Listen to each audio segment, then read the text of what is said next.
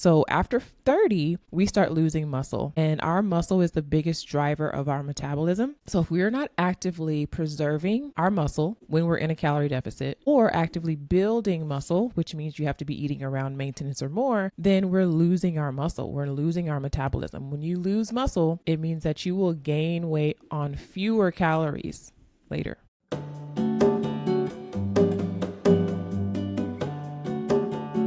Welcome to Rooted and Rising, where we focus on becoming whole through the mind, body, and spirit. Today, I am with Stephanie, a registered dietitian and mindset coach.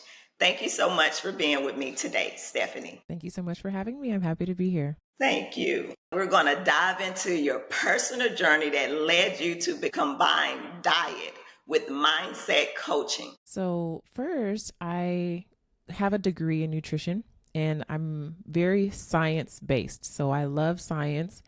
And what happened was I was working in clinical spaces telling people all the science of what they needed to do and why. And I thought that that would elicit behavior change. And it did not. It kind of just overwhelmed people.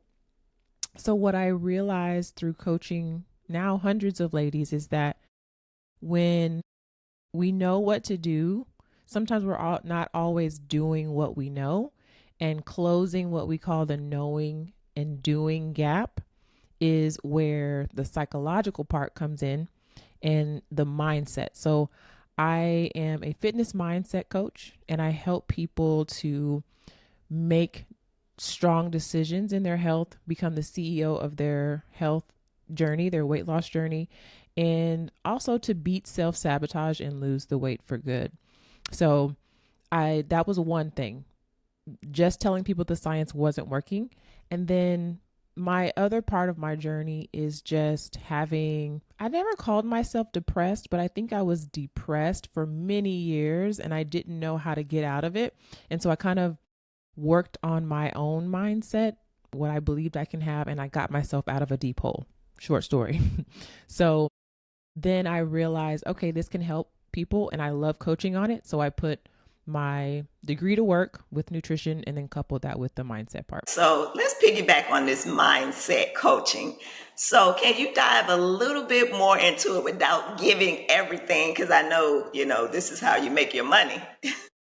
Mm-hmm. Well, there's so much that I can and say about mindset. So my slogan is I help female perfectionists beat self-sabotage and lose the weight for good.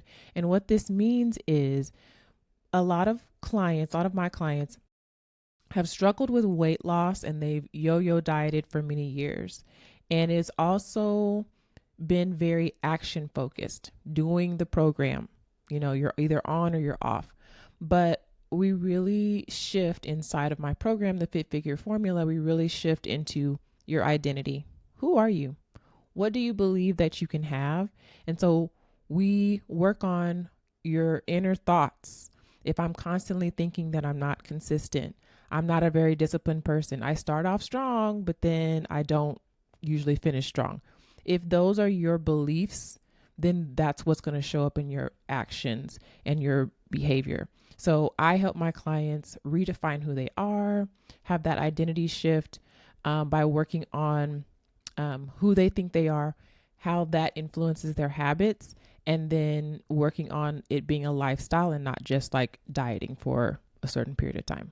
Can you tell me about the day you decided to pull yourself out of that state? So I would say that it was probably over a period of time where I realized that I was not living my life to its fullest potential. I just felt like I had so much more to give in my current job at the time. I hated my current job. I would go to work. I'd close myself up in my office. I was always looking for new jobs. I wasn't learning. I wasn't growing. I felt very stagnant. And then over time, through different experiences and I had a boyfriend at the time who was all into like law of attraction and all that. And he would always try to encourage me to think bigger and be an entrepreneur. And I was like, I don't want to do that. Leave me alone. I just want to go to work and come home. Like I didn't want to do all of that because the real truth was I didn't really believe that I could do it. I didn't think that I was articulate. I didn't think I had anything to say and I did not want to be seen. So when you're living beneath your own greatness, I feel like you start to get uncomfortable at a certain point. And the deep hole that I was in was making me more uncomfortable. And I just decided I want to wake up in the morning and love what I do. I want to be excited. I want to, be impactful and grow. And I knew that I couldn't do that in the job that I was at. So over time, it was just like a little seed that was planted, and over time I grew that. And honestly, the biggest way that I did that was, if I don't know if you remember the movie War Room. Remember there's a movie called War Room, Yes. and she would go into her closet and she would like pray, and I was like, "Oh, you know what? I think I'm going to do." I had just bought a house at the time. I was like 29 years old, and I was like, "Oh, I want to do that too." So I would go in my closet and I would literally journal and pray. And I listened to, at that time, a lot of Oprah Winfrey Super Soul Sunday, and I followed a lot of her guests as well. And so I can't say that it was one day, but it was over a period of time where I decided that I wanted to do something exciting with the time that I had every day. And this is what has grown out of it. Escape to Hot Springs, Arkansas, and reconnect with yourself at our Feed Your Soul Wellness Retreat happening April 29th. Imagine yourself surrounded by healing waters, expert guidance, and a community dedicated to real wellness. This is your moment to root and rise. Just lock in your spot and save with our early bird registration. Opening November 1st through November 30th. Set your clocks as there are limited space available. Now, back to the episode. You specifically focus on women over 40 who feels like what worked in their 20s doesn't work anymore. What are the biggest shifts happening in a woman's body and mind during this stage of life? So I think that part of what you mentioned, what is happening in your body right now and what you used to do to like get the weight off, isn't the same thing that you're used to doing in your 20s and 30s. And a lot of clients are used to doing a lot of cardio. Or if they do pick up some weights, it's like 5-pound weights and they'll just do those weights. And so I call that like doing cardio with weights versus actually strength training. So after 30, we start losing muscle, and our muscle is the biggest driver of our metabolism. So if we are not actively preserving our muscle when we're in a calorie deficit, or actively building muscle, which means you have to be eating around maintenance or more, then we're losing our muscle. We're losing our metabolism. When you lose muscle, it means that you will gain weight on fewer calories later.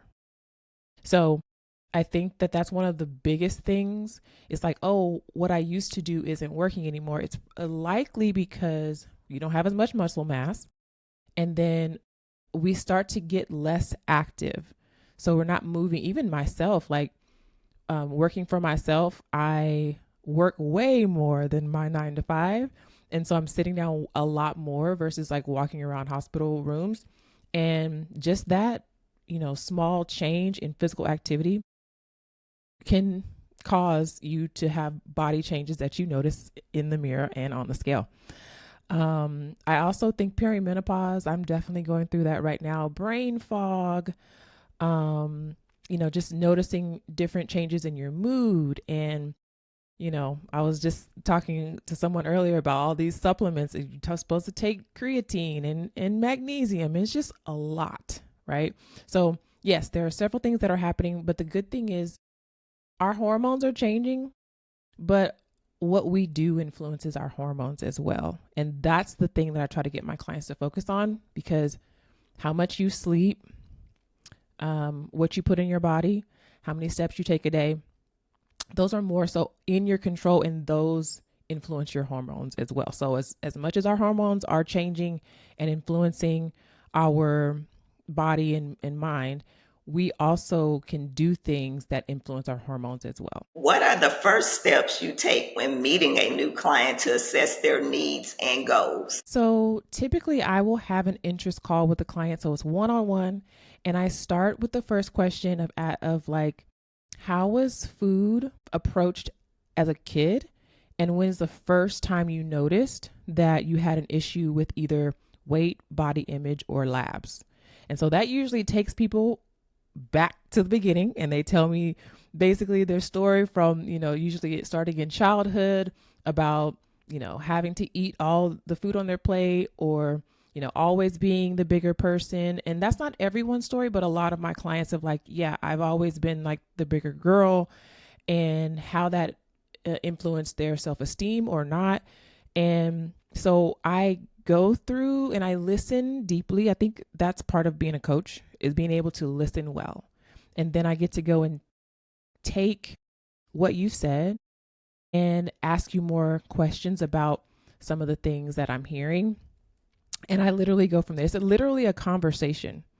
And after the conversation, I can hear how you tell your story, which is really important, because that's a choice, even though sometimes it doesn't feel like it. But if you're saying, I have always been the bigger person, I stop and start, I'm really not consistent, right? Those are all choices to think versus saying, every time I fall off, I get back on every time, right? Same situation, same circumstance, but how you chose to tell the story. Then I get to say, hey, did you notice how you told that story? Do you think there's another way that you could tell that story or think about yourself that might put you in an advantage? So even just an interest call when you join the Fit Figure formula is going to be very helpful. So, and you see, even when I just said that just now, I'm talking a lot about mindset, right? On the first call, I'm not asking a lot of, oh, your preferences about your food and all that. I'm not even asking that, because I already know that information of like, eat more fruits and vegetables. People already know to do that. Like inside the formula, I am going to teach you a system of how to do that more often, and bring in the most nutritious foods for your body. But I know that all of that stuff is already on the internet, and you've already heard and you've seen, how to go to Pinterest and get new recipes, right? That's not actually the actual problem. Mm-hmm. So that's why I dive into the mindset, because I think we know what foods are more healthy. We know not to go through the drive-thru. We know DoorDash probably is not going to be delivering anything healthy, but it's just our systems and our strategies and our mindset. So that's where I start with every client. What is the most common mindset issue that you run into? I would probably say just all or nothing thinking, which is why, again, I say I help female perfectionists, because female perfectionists are usually like, I'm either on track, I'm doing everything, I'm doing 10,000 steps a day, I'm going to the gym every day, I'm on program, and the first time I mess up, now I got to start over. All or nothing. So there's like no in between, feeling like they're failing. That's probably the biggest one. Another one is just being really self-critical. Self-trust is very important when you're trying to build a new identity and work on your weight loss. And if you don't trust yourself with your health habits, you probably won't execute them very often. But also self-compassion is very closely tied to that, because when you are making mistakes, or if maybe you do overeat, beating yourself up instead of lifting yourself up, number one, is a choice, but also beating yourself up doesn't help you to recover. And I think too, most of my clients are Black women, and we understand how to be hard on ourselves. Like, we get that. But it's like, oh, self-compassion actually would help you to make better progress and not hurt your self-esteem, instead of being mean to yourself and being like, dang, why did I do that? Instead saying, why am I doing that? Right? And like getting curious.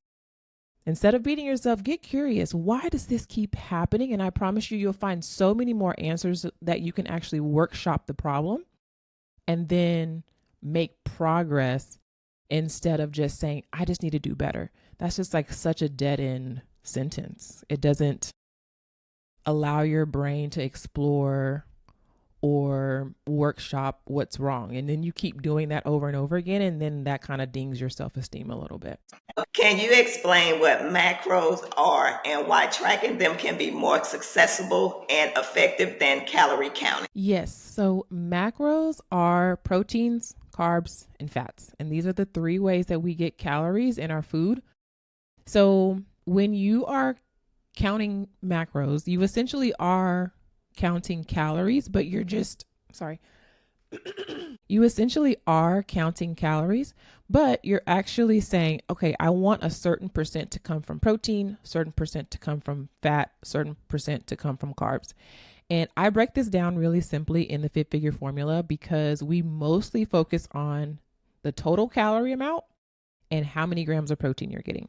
And I let my clients fat and carbs flex, meaning that they don't have a goal to hit for those. And I think that creates a little bit more food freedom so that you don't have to hit all three of those numbers. So a lot of times when people are tracking their food in MyFitnessPal, they're trying to hit all three numbers. They have zero strategy for how to do that. And then they get to the end of the day, they're over on calories, under on protein. There's nothing you can do about it at that point, but start over. And if you don't have like a strategy, you're just spending all that time and you're still not hitting your numbers. So I teach my clients how to hit their protein goal, how to be within 100 calories of their calorie goal, let their carbs and their fats flex. And I don't give meal plans. My clients graduate from the Fit Figure formula, understanding how to put a full plan together. They're adding in treats whenever they want instead of waiting for a cheat day. And they have so much more confidence about what they're putting on their plate. And so I think that macros is the easiest way to understand your food and give you more confidence and freedom with your food instead of just dieting and cutting things out. Well, it's so funny that you say that because I go to the Wellness Center on Fort Sam Houston.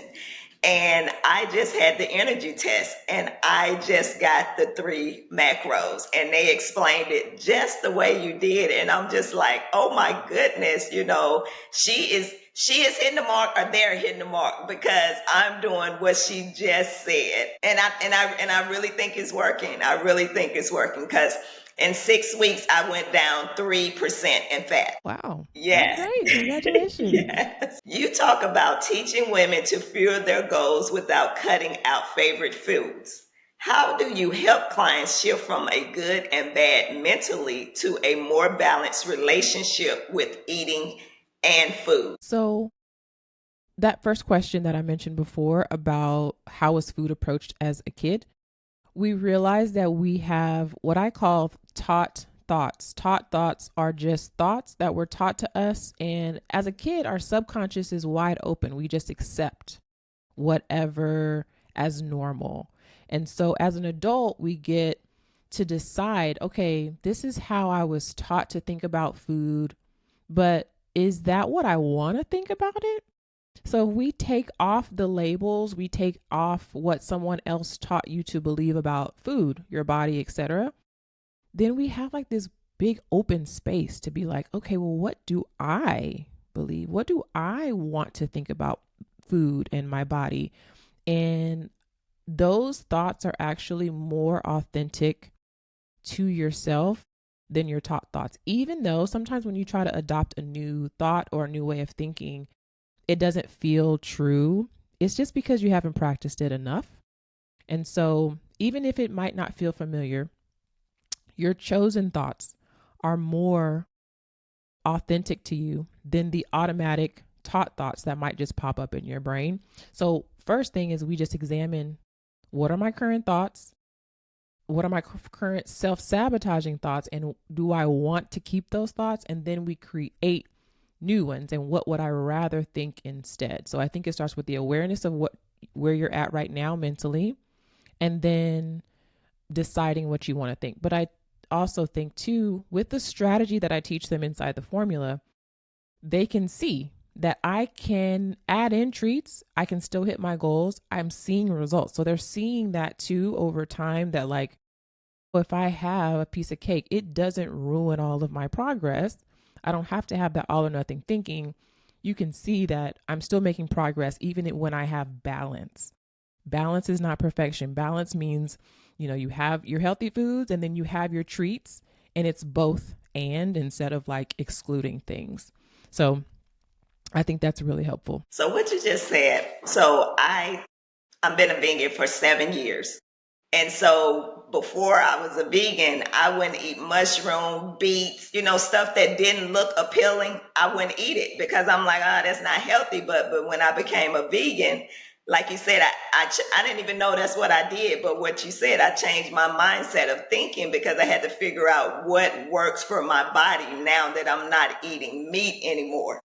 And so that is a great concept that you had. Never thought of it, but now I see, changing your mindset on things to help you and not harm you. Yeah. And I think like experimenting too, because like maybe you don't like beets, but have you ever like roasted beets? Do you juice beets? Like there are different ways that you can have the same vegetable that you think that you don't like, cook it in a different way or put some different spices with it, and you actually do. So it's kind of like I have an 8-year old who's very picky, and like treating it like you would with a picky child. It's like, okay, I'm going to try this. My guideline for my clients is one new recipe per week. No more than that, because we're not going to overwhelm yourself. One new recipe per week. And then if you like it, adopt it. And so you can have it again and again. And it rolls in some variety. But I definitely think being willing to go on an adventure and find new healthy things that you actually enjoy and remember those so that you can put those into your rotation. Yes, yes. What is an example of a successful client outcome and what made the strategy effective? So I have so many client wins. If you follow me on social media at Stephanie Riles on Facebook or Stephanie Riles Dietitian at Instagram, I post my client wins all the time. Let me think of one that really stands out. So I have had clients. I don't want to name any names, but I Yes. will say I have a client who at first was extremely skeptical about doing all this healthy stuff in quotations. It's just like, oh, I don't want to be a health nut. But she wanted this goal, right? She wanted to feel better. She wanted to lose weight, but she was just like, I don't want to do all of that, right? So my philosophy is let's lean all the way in. So when just cut out meal times, or if you just cut out carbs, you're still kind of guessing about your nutrition and what you actually are eating during your eating window. You still need to understand your food. So I lean in with my clients, and this client was very apprehensive, but the way that I start out with just mastering breakfast. So we're not doing everything. We're just starting off with breakfast. The following week, we add lunch. The following week, we add dinner. So it doesn't feel overwhelming like you're overhauling your diet. And at the end of 16 weeks, which my program currently is 16 weeks, she was pre-planning her meals. She's hitting her macros. She's going on her walks. She's strength training. She's loving how she's looking, and she's lost weight. And she was just like, at first she was like, oh, I don't want to do all this woo woo, like mindset stuff.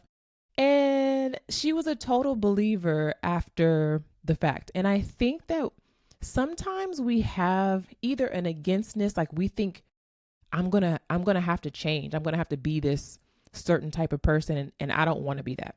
Sometimes we're even scared of that person. Like, what am I gonna have to give up?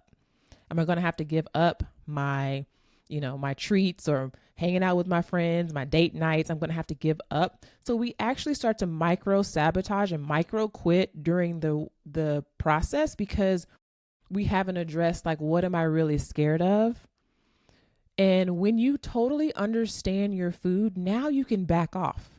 Right now, you don't have to be so specific because you have the knowledge and you've practiced it over and over again. So now you can say, okay, I'm going to take the knowledge that I have when I was leaned in and I'm totally engaged and making sure that like I have exactly what I need to have on my plate. And now when you eat intuitively and you're guesstimating, you have a much better way to actually gauge instead of just guessing, because you have leaned in and now you really understand your food. So that's just one of the many, like my clients lose weight, they lower their A1C. And even one of my clients was lowered her A1C and she was eating a little bit more carbs. We were just eating the right carbs and she was just floored. And I was like, see, I told you. I said, I feel vindicated, because she was like, I don't think it's going to be lower. I was like, okay. And it was lower. So yeah, I have a ton of client wins. Feeling stuck in your wellness journey? You're not alone. That's why I created the Embodiment Collection. This collection includes 8 digital products we've created to help you embody these traits and connect with your best self.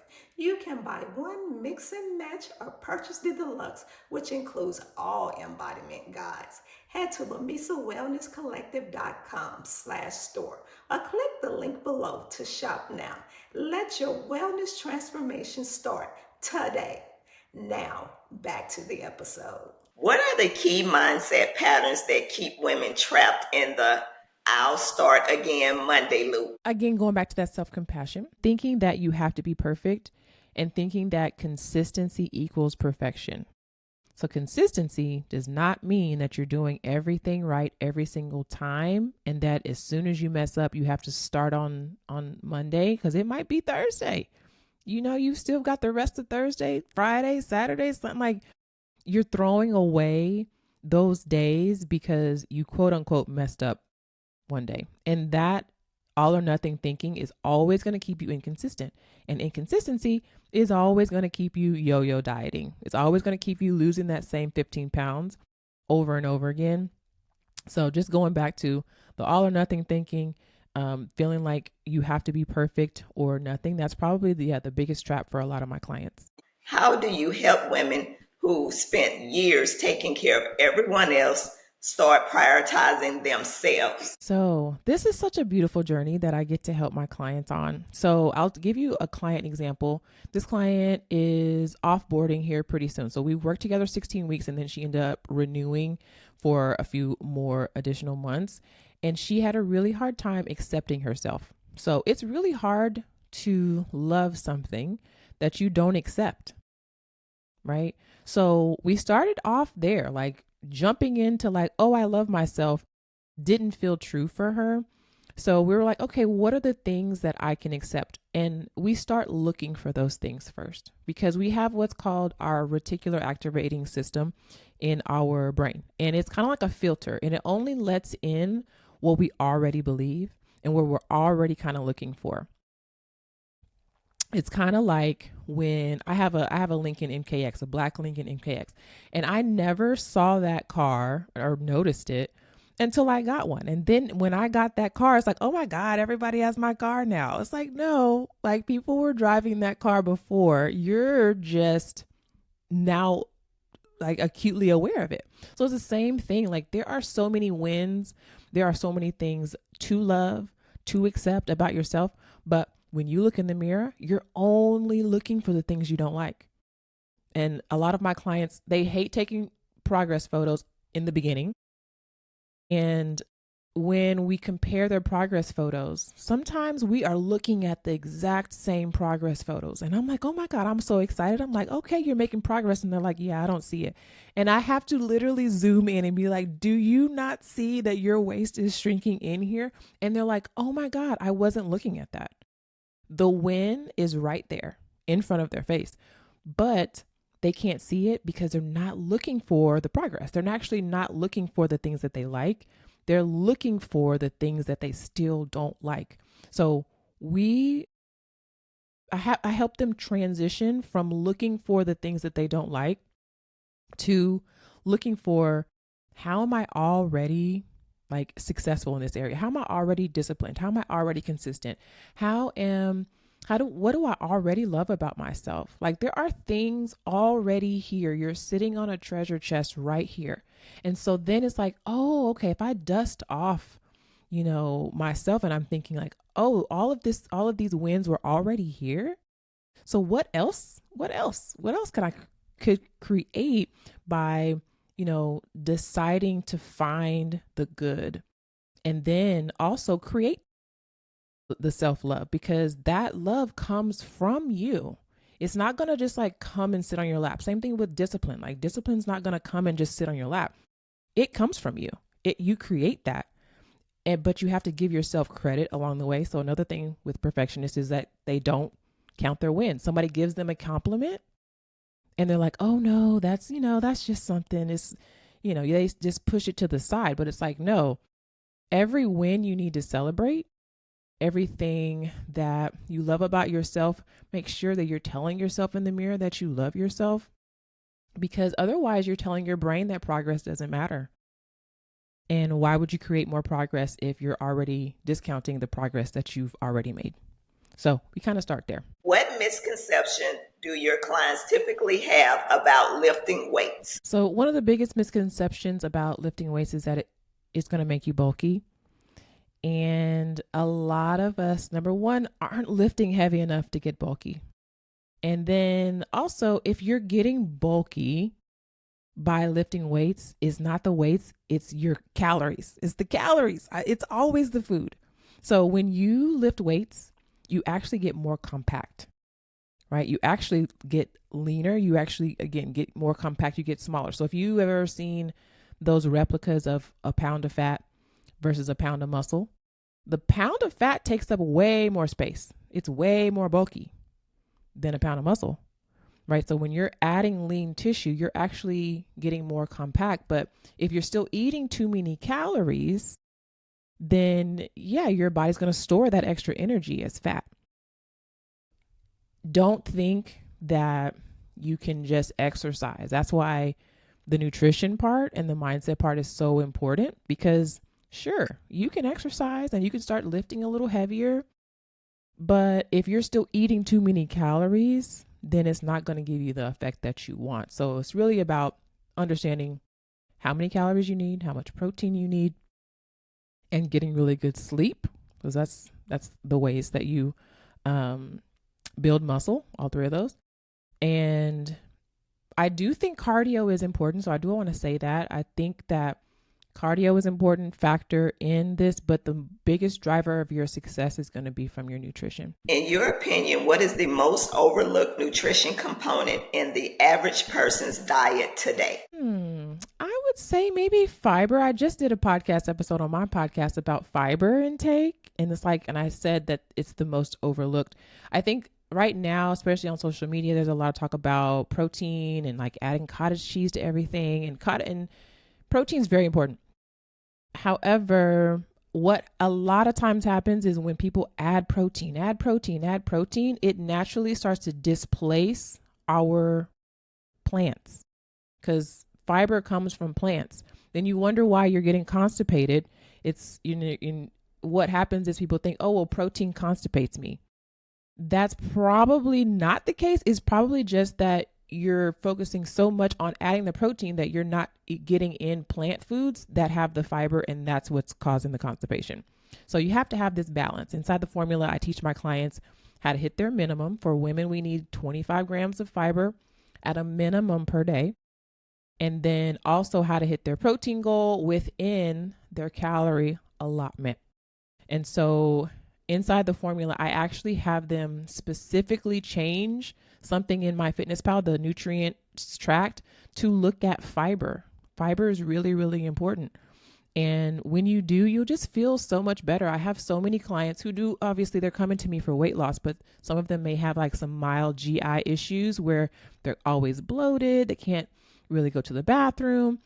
And after a couple of weeks, they're like, oh, I haven't had that problem in such a long time, because we're balancing your nutrition out. So yeah, that's one of the added benefits. But I think fiber would definitely be overlooked. And it's so ironic that you say that, because that was my biggest thing when I went to the wellness center and they told me how to increase my protein.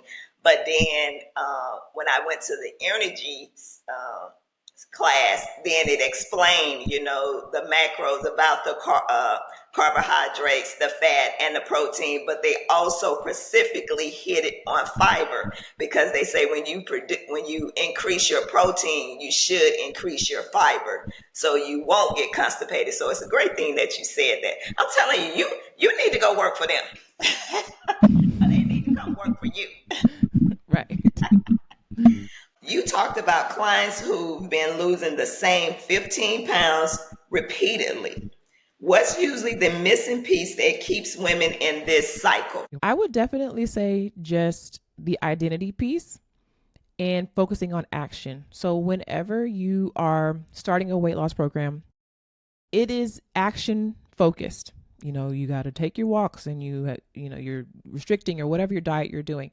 But then once the program ends, you stop doing all of that. And so one of the biggest mistakes that I see when clients they reach their goal, they lost the 15 pounds and then they just stop doing everything that they were doing, including tracking. So one of the benefits of the Fit Figure formula is that you can take that knowledge with you forever. It's not like you're counting points or something like that. You're actually understanding your food so that you can take that knowledge with you forever.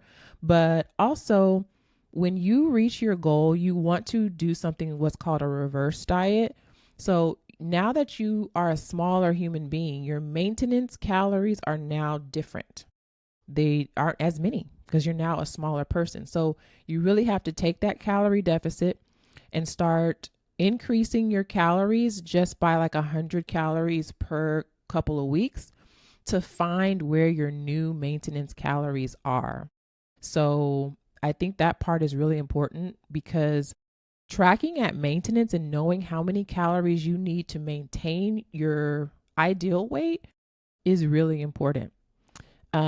I would also say another thing is not doing something restrictive to get to the goal and then think that now I'm going to live a balanced lifestyle and be able to maintain it. How you get to the goal is really important. So if you're doing keto or if you went vegan or if you are doing intermittent fasting to get to the goal, but that's not actually how you want to live your life forever.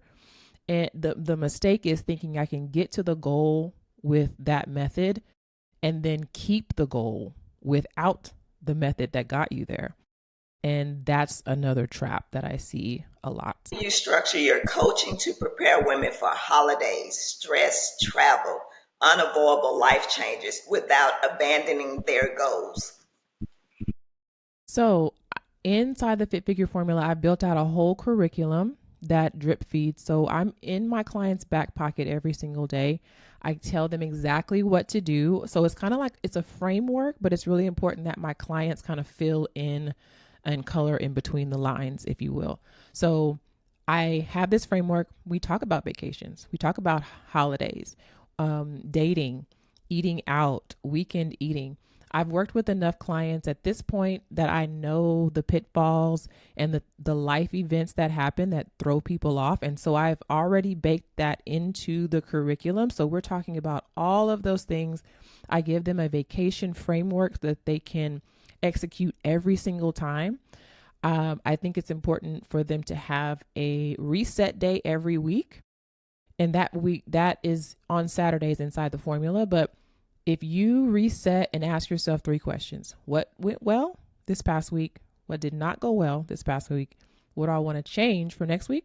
If you adopt that, you'll never have 2 bad weeks in a row because you're resetting.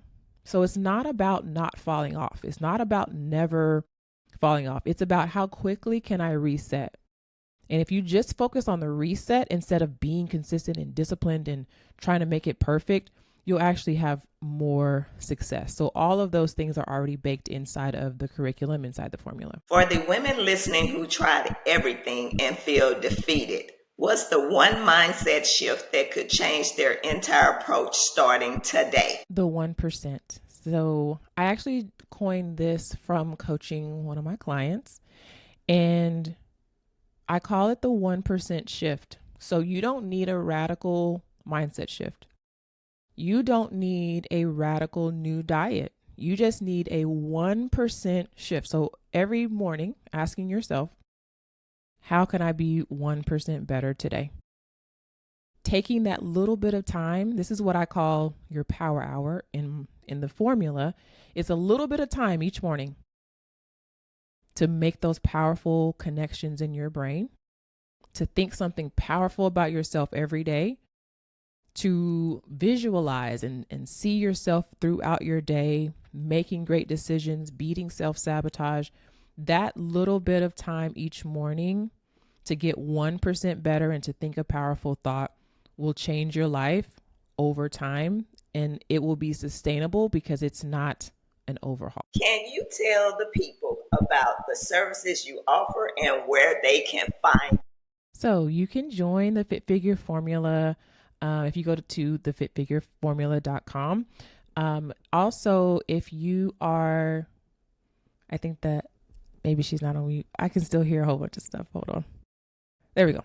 Let me start over. So, yes, you can find me on Facebook at Stephanie Riles. You can also listen to my podcast, the Fit Figure Formula podcast. I break down macros and mindset. I have several great episodes that'll be very helpful. I'm also on Instagram at Stephanie Riles Dietitian on Instagram. You can go to fitfigureformula.com and apply to the formula as well. Thank you for coming on. It was a pleasure to hear the things that I'm doing with my wellness that you have already co-signed on. So I feel like I'm doing 100 right now.